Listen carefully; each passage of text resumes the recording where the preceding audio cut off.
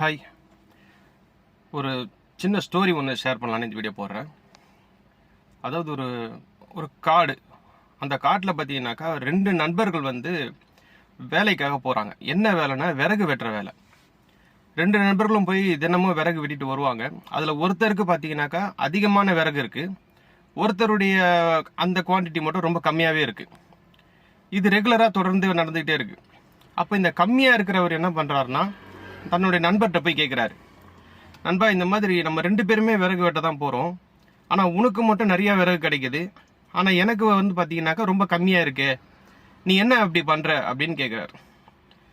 நானும் உன்ன மாதிரி தான் ஹார்ட் ஒர்க் தான் பண்ணுறேன், என்ன ஒரு 10 நிமிஷம் நான் இடையில ரெஸ்ட் எடுப்பேன் அப்படின்னு சொல்கிறாரு. ஓகே, அப்போது இந்த நண்பர் சொல்கிறாரு, இதுதான் சீக்ரெட்டா அப்படின்னு சொல்லி அடுத்த நாள் அதே மாதிரி போகிறாங்க.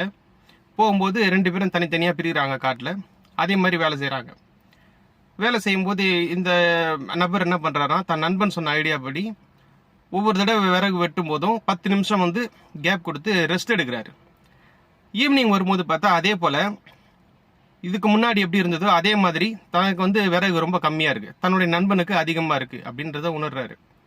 என்னடா இது, அவர் சொன்னதையே செஞ்சோம் இதே மாதிரி தான் இருக்கே அப்படின்னு சொல்லி, சரி நம்ம மறைஞ்சு இருந்து பார்க்கலாம், இது என்ன சீக்ரெட்டு அப்படின்னு சொல்லி பிளான் பண்ணுறாரு.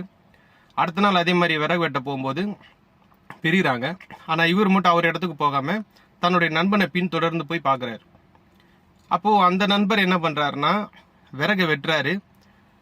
வெட்டி முடிச்சதுக்கப்புறம் கொஞ்சம் களைப்பு அடைஞ்ச உடனே ஒரு 10 நிமிஷம் அவர் ரெஸ்ட் எடுக்கிறார். சொன்னது மாதிரி தான் ரெஸ்ட் எடுக்கிறார்.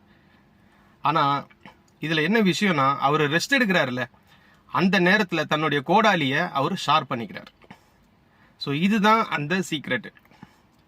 இதை பார்த்ததுக்கு அப்புறம் தான் அவர் உணர்றாரு, நம்ம கண்டினியூவாகவே ஹார்ட் ஒர்க் பண்ணுறோம்.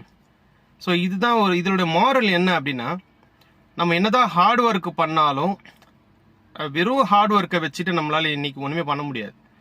எல்லா ஹார்ட் ஒர்க்கும் இப்போ நிறைய பேர் நம்ம பார்க்குறோம், ஃபுல்லாக தத்துவமே பேசுவாங்க, மாடு மாதிரி உழைக்கணும்னு. அதெல்லாம் அப்படி கூடாது. ஸ்மார்ட் ஒர்க் ரொம்ப ரொம்ப முக்கியம். நம்மளுடைய நாலேஜை நம்ம ஷேர் பண்ணிக்கிட்டே இருக்கணும். அந்த நண்பர்களுக்கு நாலேஜுங்கிறது ஆயுதமாக இருந்தது கோடாலி, அதை அவங்க ஷேர் பண்ணாங்க. இன்னைக்கு ட்ரெண்டுக்கு நம்ம ஒரு இடத்துக்கு வேலைக்கு போகிறோம், இல்லை ஒரு பிஸ்னஸ் பண்ணுறோம்னாக்கா நமக்கு கோடாலியாக இருக்கிறது நம்மளுடைய நாலேஜ். அதை நம்ம ஷேர் பண்ணிகிட்டே இருக்கணும். இந்த ஸ்கில் பில்டிங் நிறைய பண்ணணும், ஒவ்வொரு நாள் அப்டேட் இருந்துகிட்டே இருக்கணும். அப்படி இருந்துகிட்டே இருந்துச்சுன்னா நமக்கான அந்த பெனிஃபிட்ஸ் இன்னும் அதிகமாக இருக்கும்.